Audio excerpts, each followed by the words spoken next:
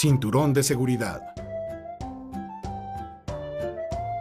A pesar de ser el elemento de seguridad pasiva más antiguo de los que tiene un vehículo, el cinturón de seguridad sigue siendo el mejor aliado de quien viaja en automóvil. Los expertos estiman que su uso reduce al menos entre un 40 a un 50% el riesgo de perder la vida en un accidente. Los cinturones sujetan el cuerpo y limitan su desplazamiento en caso de sufrir un accidente. De esta manera, evitan que los cuerpos de los pasajeros golpeen con lo que tienen delante o que en caso de impactos violentos salgan disparados fuera del vehículo. Incluso ante una maniobra brusca, el cinturón de seguridad evita al conductor perder su posición para poder controlar los pedales y el volante. En 1959 se instaló el primer cinturón de seguridad de 3 puntos en un vehículo como equipo de serie. Sucesivas investigaciones han ido mejorando su eficacia. Posteriormente, la incorporación de enrolladores y pretensadores ha permitido que el cinturón mantenga al ocupante sujeto al asiento en caso de un frenado brusco, dejándole en libertad de movimiento el resto del tiempo. Un uso correcto del cinturón de seguridad exige colocar la banda horizontal lo más abajo posible, entre la pelvis y los muslos, nunca sobre el abdomen. La banda diagonal debe sujetar el hombro apoyándose en la clavícula a la mitad entre la misma y el cuello. Las mujeres embarazadas obtienen más beneficios que incomodidades en el uso del cinturón de seguridad. Es muy importante utilizarlo de forma correcta, situándolo entre los senos y lo más abajo posible sobre las caderas. No se debe dejar que la sección abdominal del cinturón se ciña sobre el vientre porque podría dañar al bebé. Es importante no recurrir a pinzas, rellenos o almohadillas para reducir la incomodidad al utilizarlo. Bolsa de aire. La bolsa de aire es un mecanismo consistente en una bolsa inflable que amortigua el posible impacto de los ocupantes de un vehículo contra las partes internas del mismo. Por lo general, el mecanismo consta de una pequeña carga explosiva que se hace detonar mediante una chispa. El gas resultante de esa explosión es el que infla la bolsa. El proceso de inflado de una bolsa de aire dura entre 20 y 40 milisegundos, el mismo tiempo que tardamos en pestañear. Actualmente, las bolsas de aire podemos encontrarlas en el volante, en el tablero, en los soportes laterales, en los paneles de las puertas, en los laterales de los asientos, sobre las ventanillas, etc. En los próximos años, veremos bolsas de aire en el piso, destinados a las extremidades inferiores de los ocupantes, en el cofre, para proteger a los peatones o en la banda de los cinturones de seguridad de la parte trasera. Debemos adoptar una correcta posición al volante, ya que situarnos muy alejados de este reduce la efectividad de la bolsa de aire. Si nos acercamos demasiado, podemos sufrir lesiones causadas por la misma bolsa al desplegarse. Según estudios recientes, su uso reduce en un 20% el riesgo de lesiones mortales tanto para conductores como para los pasajeros delanteros. Por lo tanto, es un sistema muy recomendable, aunque si no va acompañado de un uso correcto del cinturón de seguridad, su activación podría causar graves lesiones a los ocupantes del vehículo. Posición del conductor.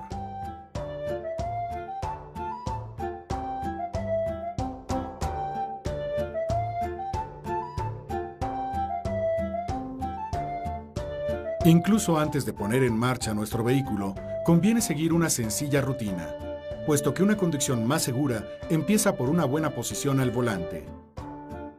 Cuando se llevan muchos años conduciendo, podemos tener la sensación de que estamos ante una tarea fácil y que dominamos.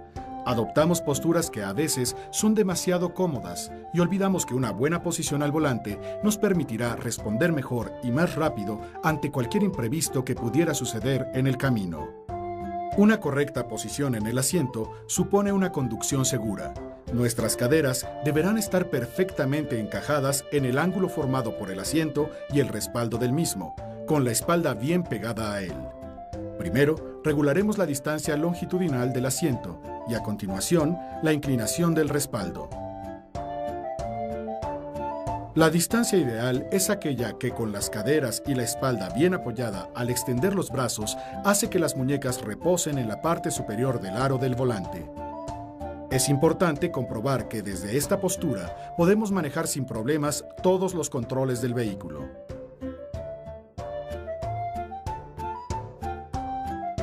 Para ajustar los espejos laterales exteriores y el retrovisor, comenzaremos ajustando este y orientándolo de tal forma que se observe el vidrio trasero de forma equilibrada y la línea del infinito de la vía por donde circulamos. Los espejos laterales exteriores deberán abrirse de tal forma que podamos observar los puntos ciegos que crea el espejo retrovisor, ampliando así nuestro campo de visión y mejorando nuestra seguridad. El cinturón correctamente colocado y ajustado, los espejos alineados y el reposacabezas un poco más alto del nivel de la nuca nos permitirán formar una unidad con el vehículo, lo que nos ayudará a sentir y controlar mejor el vehículo. El cinturón de seguridad siempre debe estar correctamente abrochado en cualquier tipo de circunstancia. Deberá estar tenso. La banda abdominal deberá estar igualmente ajustada y tensa. Es muy importante recordar que no se debe instalar ningún sistema o elemento extra al cinturón de seguridad, ya que esto podría obstaculizar su correcto funcionamiento.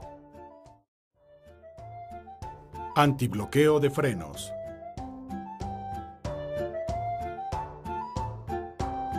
Popularmente conocido como ABS, el sistema antibloqueo de frenos es un dispositivo que evita el bloqueo de las llantas aunque el conductor aplique la máxima presión al pedal de freno. Unos sensores instalados en las ruedas del vehículo miden la velocidad de giro todo el tiempo. Si durante el frenado una rueda llega a su límite de bloqueo, en ese momento deja de girar y es arrastrada la llanta sobre el pavimento. El sensor envía una señal a un dispositivo electrónico que a su vez calcula cuánto y cómo se debe reducir la presión en el frenado de esa rueda para que el bloqueo no llegue a producirse. La principal ventaja del ABS es que mejora el frenado, reduciendo en algunas situaciones la cantidad de metros necesarios para detener el vehículo. Además, disminuye las posibilidades de pérdida de control, ya que al no producirse el bloqueo, permite mantener el dominio sobre la dirección durante el frenado, sin necesidad de quitar el pie del freno. Para obtener la máxima eficacia del ABS en una emergencia, frene a fondo sin reducir la presión sobre el pedal hasta que el coche se haya detenido completamente. Pise al mismo tiempo el pedal del clutch para evitar que el funcionamiento del motor pueda aumentar la distancia de frenado. Manejo del volante.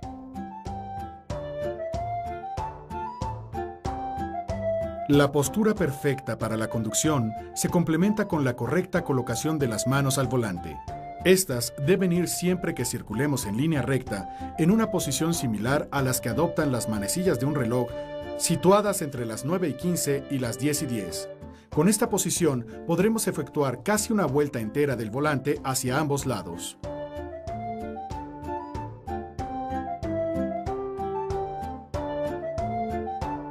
Cuando nos enfrentamos a curvas de un radio corto, el movimiento de las manos es el siguiente.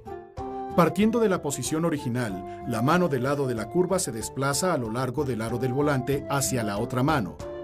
Toma el volante y tira de él, a la vez que la mano contraria afloja para permitir su paso. Al salir de la curva, la mano contraria al sentido del giro se desplaza hacia la otra mano. Toma el volante y tira de él hasta regresar a la posición original o reiniciar la maniobra para entrar en otra curva.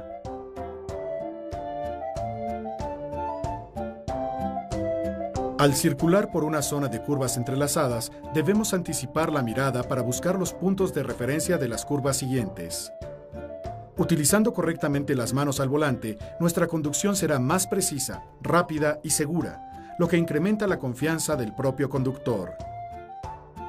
Si observamos a nuestro alrededor, es posible que notemos un alto número de conductores cuya postura al volante deja ver vicios muy comunes.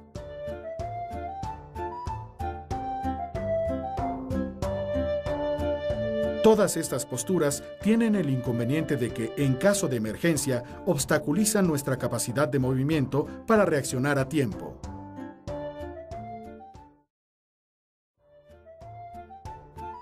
Trazado en curvas.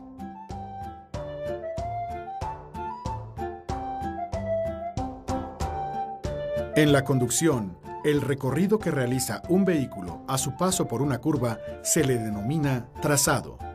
Para conocer por dónde trazar una curva, primero debemos saber cuáles son los puntos que debemos tener como referencia. Aquí vemos un giro de 90 grados. Aprovechando todo el ancho de nuestro carril, nos mantendremos por el exterior, mientras disminuimos la velocidad.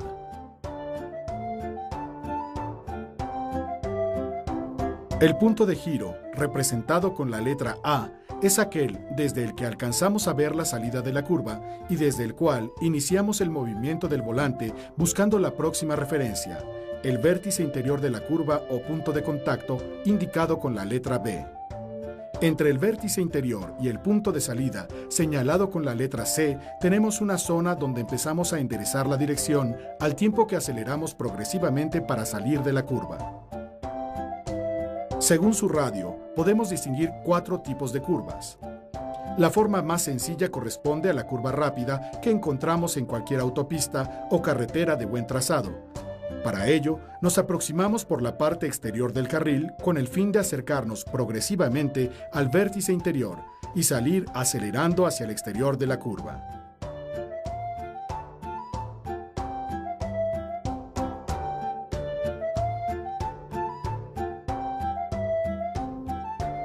Ante una curva de 90 grados, la trayectoria que vamos a seguir con el vehículo es semejante a la que realizamos en una curva amplia, variando únicamente el punto de entrada a la misma, que se retrasa un poco con respecto del caso anterior.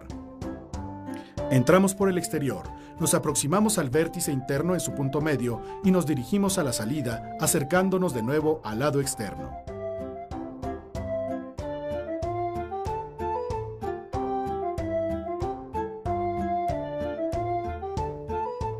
Aumenta el grado de dificultad cuando nos encontramos ante un giro de 180 grados, lo que se conoce como una horquilla. En esta situación, nos acercaremos por el borde exterior de nuestro carril mientras disminuimos la velocidad. Cuando estemos cerca de la salida de la curva a la vista, nos dirigimos hacia el vértice interior de la curva y aceleramos al tiempo que vamos aproximándonos de nuevo al lado externo.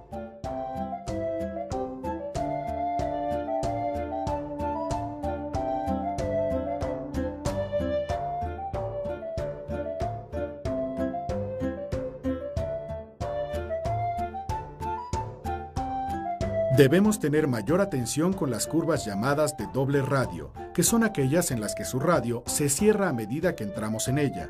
Una forma correcta de afrontarla sería tomar el primer tramo por la parte exterior y cuando veamos el final, girar hacia el punto interior para llegar a la salida acelerando, al mismo tiempo en que nos dirigimos a la parte externa de la curva. Si nos acercamos al interior de forma precipitada, no sucederá que, cuando consideremos que ya hemos salido de la curva, todavía nos faltará un tramo por recorrer.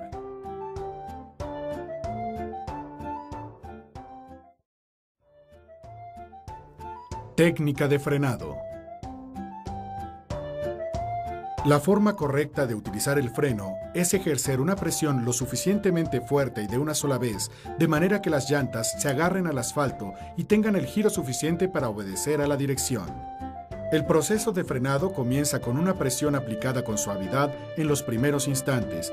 Esto permitirá a los pistones y balatas del sistema acomodarse en sus alojamientos y contra el disco.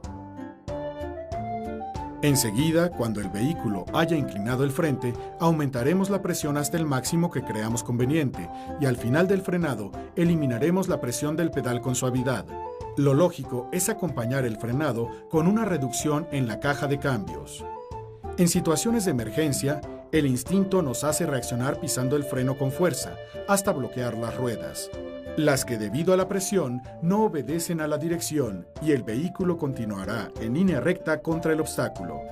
El único recurso que nos queda es conseguir que las ruedas delanteras vuelvan a girar, para lo cual debemos disminuir levemente la presión sobre el pedal. De esta manera, las ruedas tenderán a moverse y recuperarán el giro, y por tanto la capacidad de dirección suficiente para esquivar el obstáculo hasta detenernos en sitio seguro.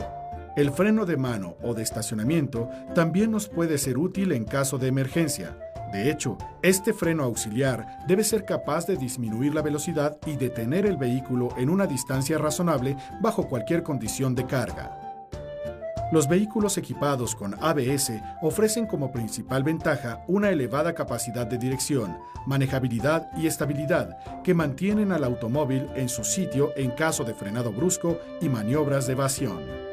Este sistema ofrece la posibilidad de frenar en curvas o en condiciones de agarre irregulares, ya que las ruedas siguen girando y por lo tanto se mantiene el control sobre la dirección. Para que el ABS actúe correctamente, es necesario aplicar una rápida y gran presión sobre el pedal de freno, así como pisar el clutch de inmediato, al comienzo del proceso de frenado, porque de lo contrario, se perdería una parte de la fuerza de frenado para detener el motor.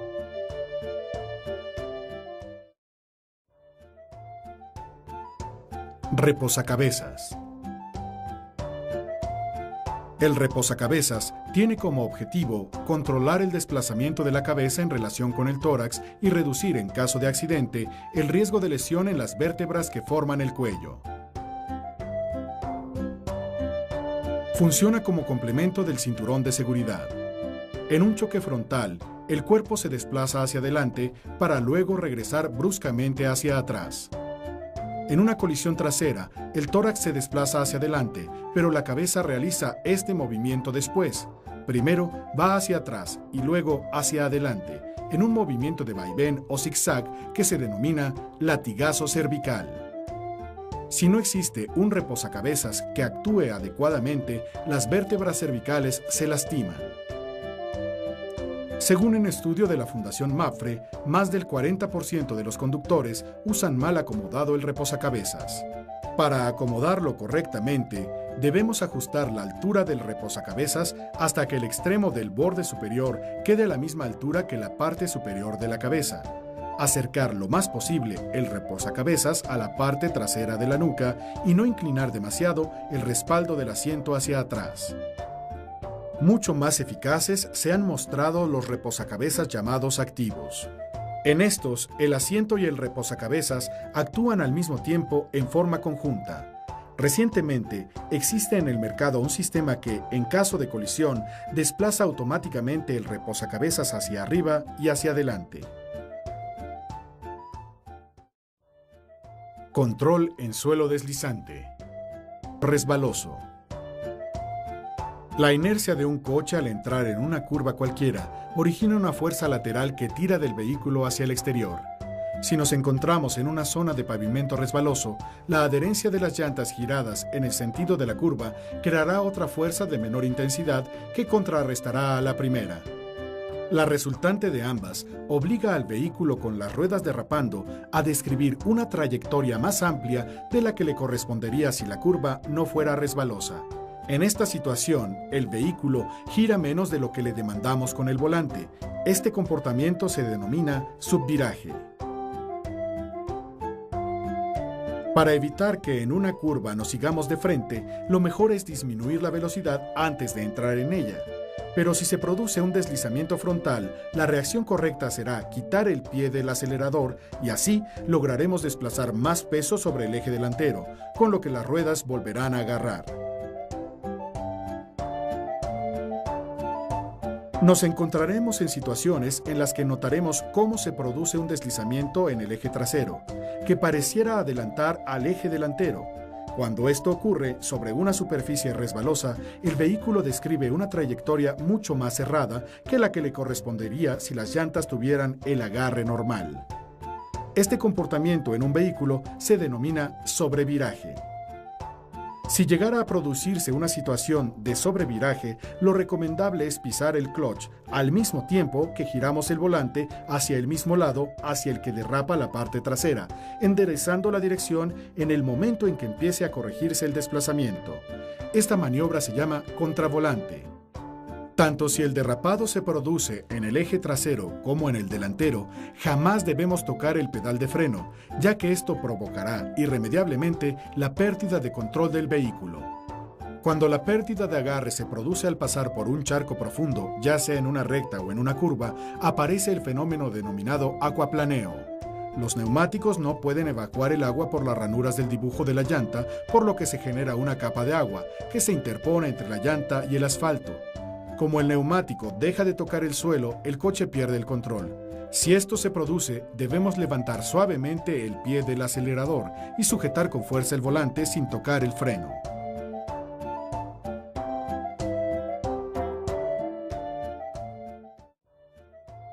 Conducción en ciudad. Manejo defensivo.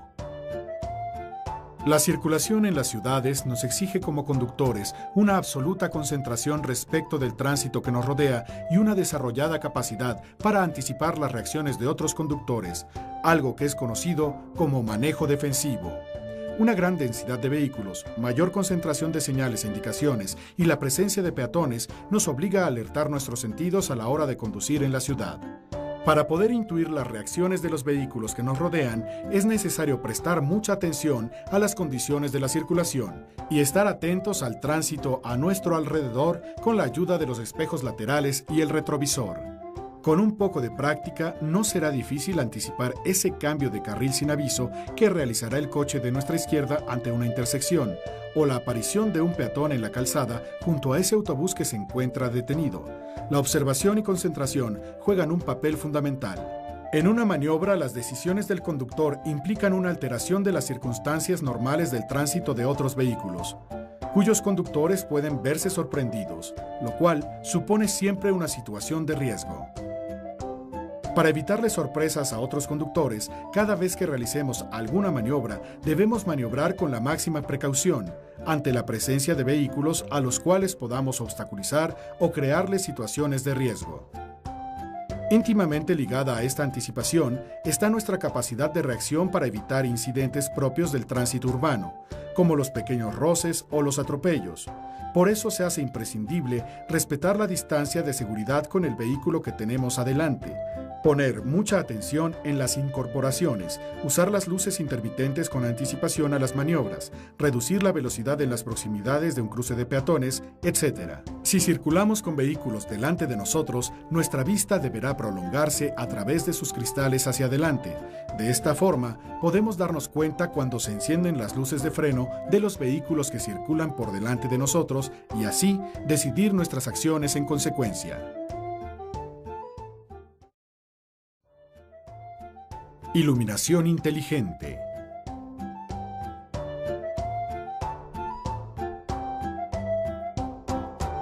Con las luces normales o bajas, nuestra vista abarca por la noche aproximadamente 40 metros. Los obstáculos y riesgos muchas veces se reconocen demasiado tarde. Este riesgo aumenta si no contamos con una buena iluminación. Las luces altas iluminan mejor la carretera, pero también deslumbran a los conductores que vienen en el sentido opuesto al nuestro. Por este motivo, solo se pueden utilizar en un 15% de los trayectos. En la oscuridad, el riesgo de accidente es notablemente más alto que de día.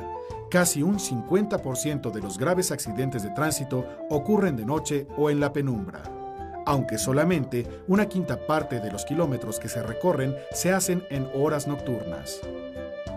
La evolución de las luces ha mejorado la seguridad de conducción nocturna. Poco a poco se va ampliando la oferta de automóviles que disponen de los denominados sistemas de iluminación inteligentes.